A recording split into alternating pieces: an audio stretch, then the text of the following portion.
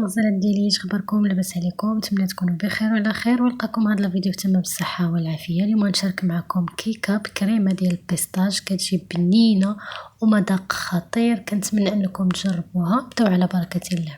غنحتاجو في المكونات 3 البيضات بدرجه حراره المطبخ، كاس لاروب ديال زيت المائده، كاس السكر، قشور ليمون او حامضه، 2 كيسان ونص ديال الدقيق و2 خمارات حمرين. يمكن لكم ديروا الفاني اولا تنكهوا باي نكهه بغيتو. انا هنا غادي ندير النكهه ديال الحامض والبيستاش.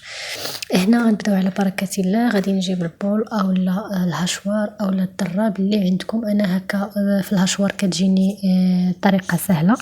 كنضيف 3 البيضات، كنضيف داك كاس السكر، كنضيف قشور ليمونه اولا حامضه اللي متوفر عندكم. كنطحن المكونات كامله مع بعضها حتى كنحصل على خليط متجانس وداك البيض كيبقى ابيض كيف ما كتشوفوا معايا في الصوره. غنضيف الزيت، داك كاس لاروب ديال الزيت، وغادي نمزج المكونات ثاني كامله مع بعضها حتى كنحصل على خليط متجانس. عاد غادي نضيف الدقيق ونضيف باقي المكونات. يمكن لكم ديروا يوغورت اولا كاس ديال الحليب حتى هو كيجي زوين. انا هنا غادي نضيف كاس الاول ديال الدقيق، وغادي نضيف ساشيات ديال الخماره اولا خميره حمراء هكا كيف ما كتشوفوا، 2 ساشيات من فئه 8 غرام في الوحده، يعني 16 غرام بزوج. غادي نميكسي كلشي في الهشوار حتى نحصل على خليط متجانس كيف ما كتشوفوا معايا بهذه الطريقه. وغادي نضيف كذلك داك الكاس ونصف ديال الدقيق اللي بقى، وغادي نخلط المكونات كامله حتى نحصل على خليط كامل خفيف، ما يكونش ثقيل بزاف. يمكن لكم ديروا معلقه ديال الخل باش يجيكم الكيك مهوي. انا 2 كيسان ونص ديال الدقيق اللي دخلت في هذا الخليط. صافي غادي نجيب المول وغادي ندهنوه بشويه ديال الزيت شويه ديال الدقيق، وغادي نفرغ الخليط. هنا درجه الحراره ديال الفرن على 180 درجه.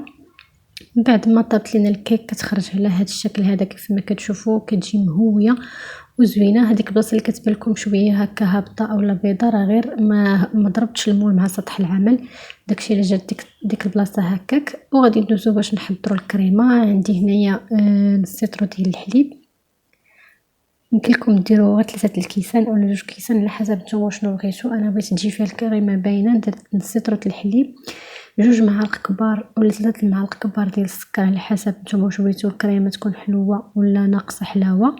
صافي وغادي نضيف كذلك البنات 2 معالق كبار ديال الكريم باتيسير حتى هو. وبالنسبه لطيب الكريمه غادي نضيفوا ليها هذا ياغورت ديال البيستاج ولا روم ديال البيستاج كيف ما كتشوفوا معايا. يمكن لكم ديروا ديال الحامض بديله ديال البيستاج اللي ما بغاهاش. هذه ديال البيستاج كتجي زوينه وبنينه، كنصحكم انكم تجربوها. صافي غادي نضيف 2 معالق كبار ديال الكريم باتيسير يكونوا مقببين كيف ما كتشوفوا معايا. غادي نحاول نخلط الكل بالميكسور اولا بالفوي عفوا. وغادي نضيف لاروم ديال البيستاج وغادي نخلط الكل فوق هكا على عافيه متوسطه مع التحريك المستمر بالفوي باش ما تجيكمش الكريمه عاقده بزاف وفي نفس الوقت ما تحركش لكم وتكون فيها الريحه ديال الحرق. حاولوا تحركوا يديكم بسرعه.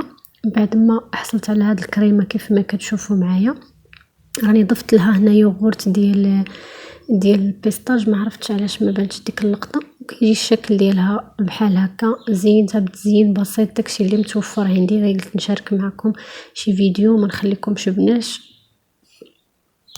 نتمنى حبوباتي الفيديو نال الاعجاب ديالكم. الى عجبكم الفيديو ما تبخلوش عليا باللايك وبالاشتراك وبالبارطاج. دمتم في رعايه الله، الى فيديو قادم ان شاء الله.